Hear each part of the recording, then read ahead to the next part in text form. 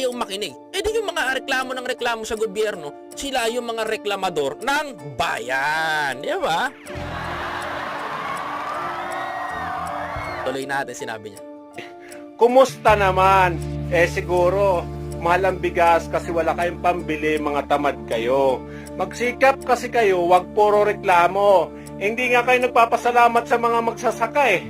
Diba? Wala kayong ginawa kundi magreklamo. Idol naman. Oo nga, pansinin nyo.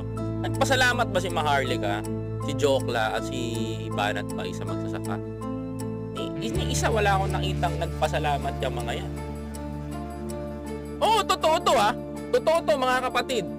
Ni isang beses hindi ko nakita. Kung sa bagay sinasabi naman ni Hitag, I am for the Filipino people. I am for the Filipino people. Mahal ko ang mga kababayan kong Pilipino. What the heck? Diba mga kababayan ko? Pero asan dito? Minsan di ka